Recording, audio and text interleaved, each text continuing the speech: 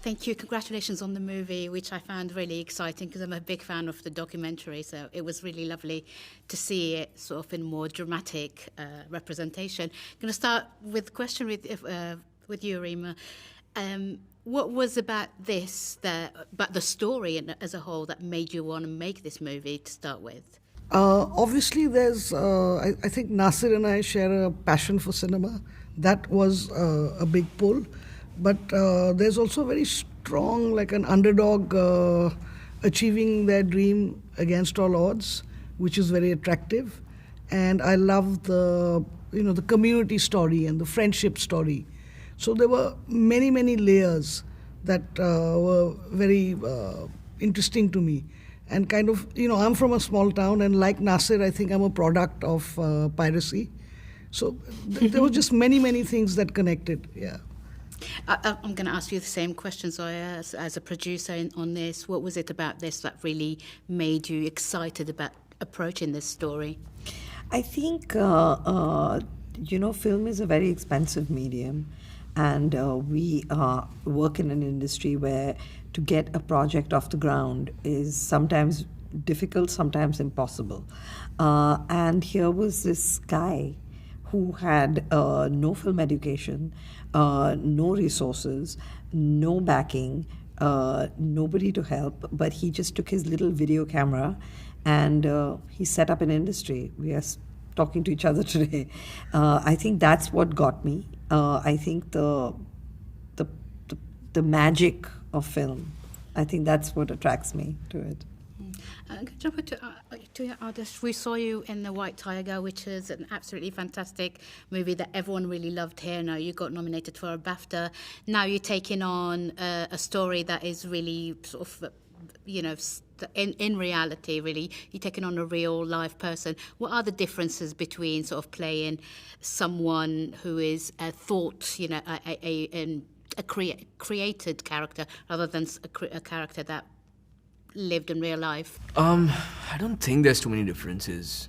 And the idea was never to impersonate or really mimic Nasir. I think, yes, there's an element of that. There's an element of understanding his external body and the way he speaks, his rhythm, and things like that. But I feel like it had more to do with capturing the essence of what Nasir is, who Nasir is, what drives him, what his conditioning has been to sort of lead him into being a filmmaker.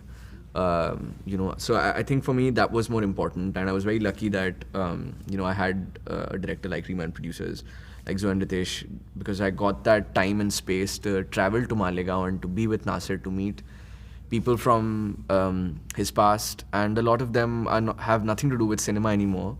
I remember one of them has an optical shop, but the day that they met, all that they spoke was about these memories that they had from 35 years ago. And I believe that's Nasir has given them those moments to live, to sort of not just exist, but to celebrate for the rest of their lives, which is so beautiful. Yeah, on top of going back and talking to all these people, did you go back and watch the 2008 documentary? And can you tell me roughly what you thought of it? Did you find similarities about your own upbringing with their story? I love that documentary.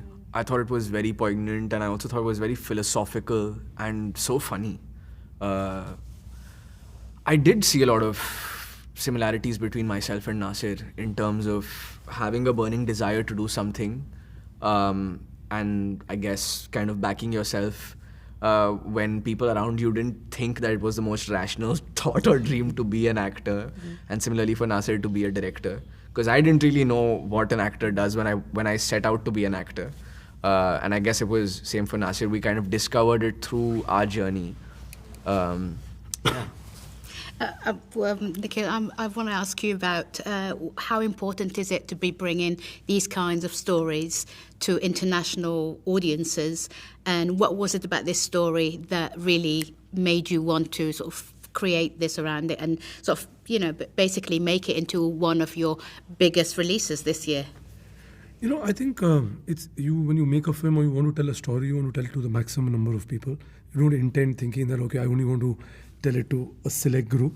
I think, and the fact that what all of us have been speaking, that it's so inspiring and what this man did, taking this quirky group of friends and doing something so extraordinary in a small town in India. And it's not only about the filmmaking, it became a journey about them, their resilience, and a lot about it. So I think it immediately lends itself of a story which can be told to a huge audience. And like I said, you get an opportunity where, of course, the film is important for your diaspora as well as in your country, where it will be released simultaneously with other countries in the world. But I think it lends itself, like I said, to be slightly more a global audience. And like I said, it's an underdog story. It's usually inspiring. And these are stories which resonate and people identify with it. So I think it was important to, like from TIFF or bringing it here to BFI, to the London Film Festival, will just help it be discovered by a larger audience. Yeah, Reema, the boys that you represent in this movie were brought up on a mishmash of genres, mostly lots of Bollywood stuff, but also international, like really mainstream films. What would you say was your upbringing in what kind of cinema? Because you spoke before about being a child of sort of, the same kind of background. What kind of movies were you brought up watching? And were there any cinemas that you went to, or was it all at home? I grew up in a really small town called Digboy in Assam, and we had 2 theatres. So primarily, mainstream Bollywood films would play there. But I was also exposed to a lot of Hollywood films and VHS. There was a lot of piracy in the world back then. So, I remember watching, there's a film called Rangila, and it was shot off a Steenbeck, and a fly would go and sit on the screen, and through the film, like a hand with a stick would come and hit it, and make the fly go away. So it was like a lot of Nasir's influences were also mine. I was obsessed with Mr. Bachchan. I still am. I think he's the original superstar. And I think films like E.T., Meera Nair, I think, is the reason I'm a filmmaker today, because of Salaam Bombay, because that's the film that really kind of, that was, I went in to watch Salaam Bombay, and, when the credits were rolling, that was the first time that I thought to myself, I should be a director. I'd never thought of that before. Yeah. But generally, we have the tendency to think of Indian cinema as just Bollywood and nothing more. And is it really important for you to try and change that sort of idea, that general sort of perception? Or are you all still very, very proud of the existence of Bollywood, as in singing and dancing and, all sort of, No, I'll speak for myself.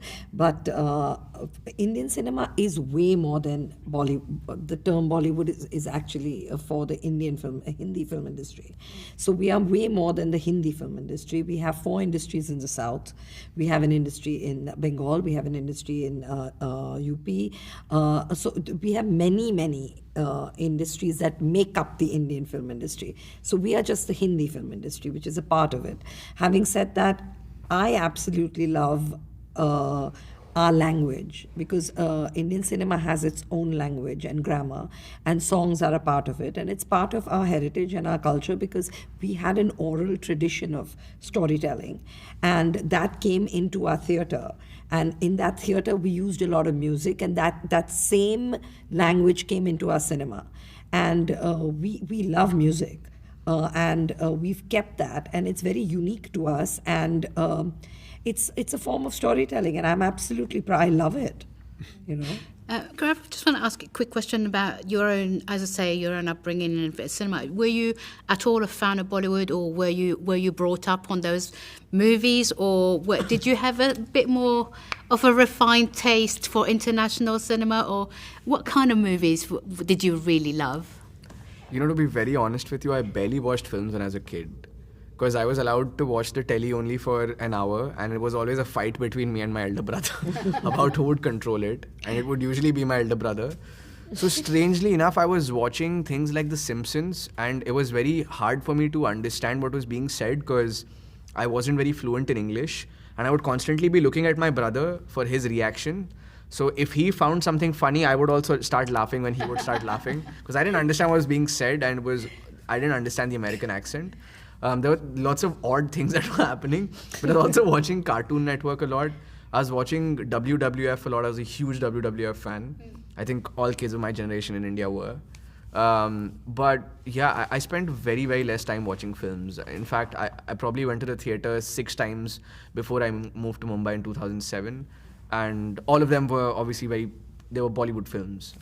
But there's a lot of excitement around you in particular, especially after The White Tiger. As a young actor, how are you handling that? Especially taking your movies abroad, like in America, TIFF or here.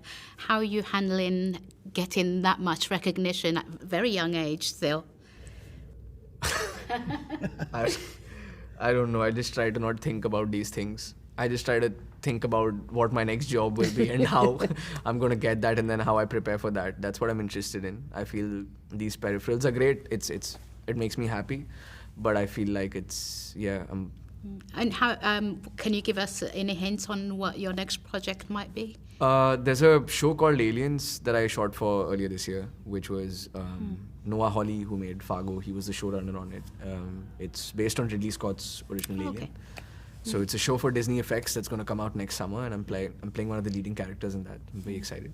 Okay, I'm going to give the last word to you. I just want you to sort of tell us what you're expecting from this, and especially international audiences will take from this, and what are you hoping for this movie and how it will perform?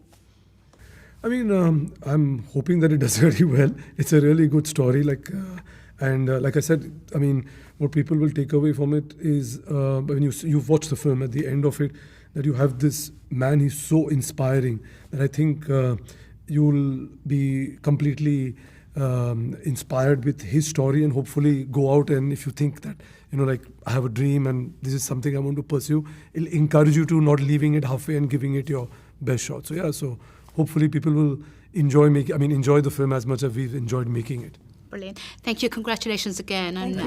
And Thank you. I really enjoyed the movie. Thank you. Ladies and gentlemen, you're watching Hey You Guys! Hey, you guys! Hey You Guys! Hey, that's what they all say. Hey You Guys! Hey, you guys!